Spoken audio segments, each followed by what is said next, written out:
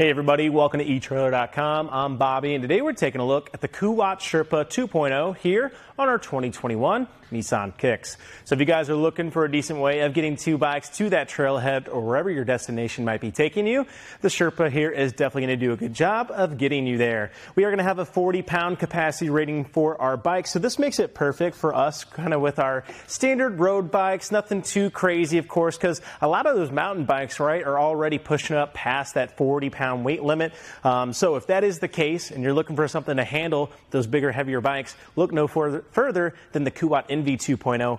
Basically going to give you the same features you're going to see here today, just a little bit bigger, a little bit badder, going to have that 60-pound capacity that we're looking for per bike and a couple other features to boot. But I'll let you guys go ahead and peruse that if you're looking for it. Today, we are taking a look here at this Sherpa. So we are working on the gunmetal gray here, so that's giving us a nice copper orange accents throughout it as well, just to highlight it.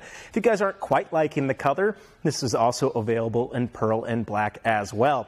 However, it isn't just style, right? We are getting good carrying capability. We've already been over that weight. However, it does a great job of just latching down there onto that front tire, utilizing its front tire hold. So why that's nice, of course, going to be a-okay to go ahead and get your carbon frame bikes on this bad boy, which is great since we don't have any frame contact. And if you do have any women's bikes, step-through bikes, or kids bikes that might be giving you a little bit of trouble over your more traditional bike racks, like something that clamps onto the frame and they're just irregular, well, we don't have to worry about that, right? As long as we have that one good front wheel, we'll be able to transport our bikes.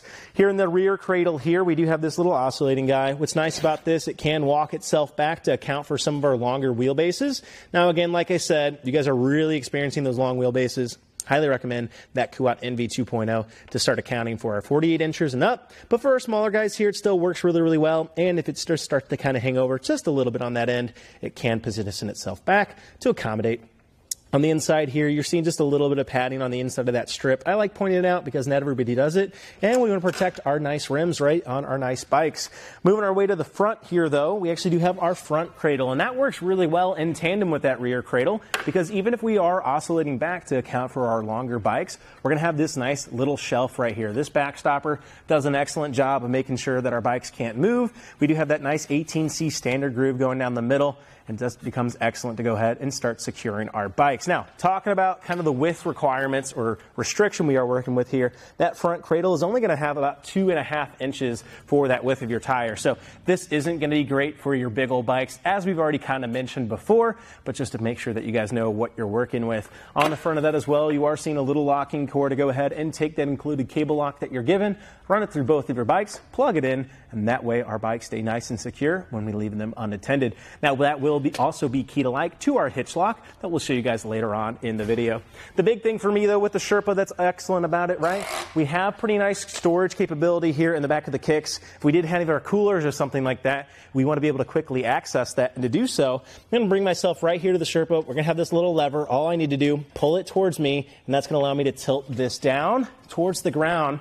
And now I'm going to have the clearance necessary to actually pop open my hatch here. So the one thing I'll say, if you have extremely long handlebars, that might be something to look for. But we did have really good spacing already on our standards here today, so I don't think most of us are going to have too much issue. But what's awesome, I can get in here, get those bike helmets, coolers, anything else I might need. Becomes great for gas station stops, errand running, all that jazz, and becomes a nice little spot to go ahead and sit, put up your feet, go ahead and get changed, whatever we need to do here in the back of our Kicks, which is really cool. To walk it up is really simple. I simply support it, walk it up. It's going to go ahead and click itself in position, letting me know it's nice and secure. No pins or clips I have to worry about.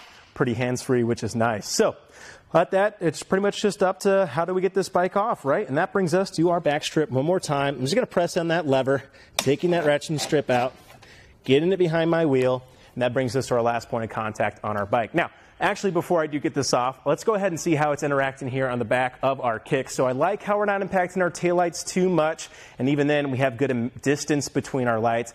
That means we have good emittance. The one thing I will say, you're probably going to lose a lot of visibility here in this rear window just because our bikes sit up a little high. The Kick's not the tallest vehicle out there, and you can see our seat post and handlebars definitely going to be impacting that vision just a little bit. For our backup camera, it is kind of right in the middle there, so if you start getting running a lot of heavy frame and a lot of gear housing there for your own bikes at home, that might be an issue. Otherwise, you might actually have a pretty good viewing there just between our posts. Definitely not going to be too cluttered until we actually walk it up. But other than that, let's go ahead and take our bike off. We have our hold right here. I simply need to press in with a thumb, get that up, out to the side. I can simply walk my bike off, and we're all ready to ride. So mounting it becomes just as easy. The one thing I'll say to kind of watch out for is this back strip. You can see it kind of likes to hang in the way. All you really need to do, drop that back wheel, catch it up just like so, set it in place, and then ratchet it down, and you'll be nice and secure in no time, which is great. Of course, let's make sure we are putting back in that front cradle. And you can kind of bring this guy up. I don't really think it works that well of holding it in. I like to kind of just set it right there on top of my cradle. What's nice about these, they have really good resistance, so they're definitely not going to be moving at all. Now, when you are adding on any hitch-mounted accessories, there's a couple things we need to keep in mind. The first big one is going to be our clearance here at the bottom. That way we don't have any interaction with the ground as we go over some terrain. So let's go ahead and take a look at that guy really quickly. From the very end of our carrier to the very closest point of the ground, that's going to be putting you at 19 1/8 of an inch, just to give us a little bit better of a closer one if we're a little worried about where our bikes sit. That's going to put you right at 18.5 inches there to the underside of that platform. Again, I don't think we're going to have too many issues with that measurement, but keep in mind, if you are approaching some very steep inclines, it could be something to watch out for, because as those front wheels go up, the back will go down, and so will your hitch-mounted accessories. Another thing we need to look at is how much length we're actually adding on to our kicks here today. Now, lucky for us, it's not going to be too bad. And from the back of the bumper here to the very end of my carrier, that's putting me at 30.5 inches. Definitely not terrible, especially only for a 2-bike platform rack. And we have a way of quickly shortening that down. We're going to bring ourselves right back to that lever we were at earlier. Instead of going down, I'm going to bring it right up into position. Again, it's going to click in place, letting me know we're nice and secure.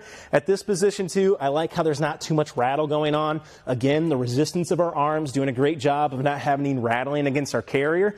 And we're not going to be worried about any contact here with our vehicle, because it won't be moving, even due to that natural road shake that we're going to have. So, which is awesome. That's going to really shorten down our length here. Now, from the back of the bumper here today to the very end of my carrier, that's putting me at 12.5 inches. So, only about a foot extended from the back of the kicks here. That's going to make it a lot easier to pull this in the garage, or just give ourselves a little more maneuverability when we need it. Moving our way down to the inside, though, you guys can see we do have a 2-inch shank here today, held in by our 2-inch hitch receiver, of course. We just have a nice little alignment pin in the back here, and again, that locking core you mentioned earlier, to go ahead and secure our carrier to our vehicle when we leave it unattended. So that's really nice. And of course, that will be key to like. Moving our way to the front here, though, this is our anti-rattle device. This is where all the magic is happening. Basically, we have a little ball on the inside of our shank, and what this is doing, pressing up against the inside of our hitch receiver, taking all that shake and play out. All I got to do, righty-tighty, lefty-loosey. You also are going to have a little insert there for your included tool to really cinch it down, and that's really helpful for your long road trips where you don't want to go ahead and check it every 50 miles or so. But I'm going to go ahead and give this guy a shake to show you how well the job it does of taking that shake and play out. As you guys can see, it's moving the entirety here of our Nissan, making sure we're all in line with one system, making for a nicer, smoother ride for ourselves, our bike rack, but especially our bikes. Again, the Kuat Sherpa just really delivers almost on all fronts. I think the only failing it has is that 40-pound capacity limit. And at that point, we do have its cousin ready to kind of fill in that slot for ourselves. And honestly, it is really nice that it's not too bulky. I think this is going to be great for people maybe living in the city somewhere. You know, we have our road bikes, we have our city bikes that aren't too crazy. We can go ahead, take it to those parks close to us if we need to. Again, we have those options if we need it for the bigger ones. But I think the Kuat Sherpa here really delivers on all fronts. I like how it's not interacting here with my back window as well. The only thing to take note of, that backup camera, probably going to lose a lot of that visibility. And that's something you're going to run to with almost any carrier you throw on the back of your vehicle. It definitely is just going to be impacting it. Otherwise, though, guys, I think that about does it for our look here today at the Kuat Sherpa 2.0 here on our 2021 Nissan Kicks. I'm Bobby. Thank you for watching. Here on our test course, we'll start by going through the slalom. This is going to show us the side-to-side action, which simulates turning corners or evasive maneuvers. Once we get to the alternating speed bumps, we'll see the twisting action. This will simulate hitting a curb or a pothole or driving over uneven pavement.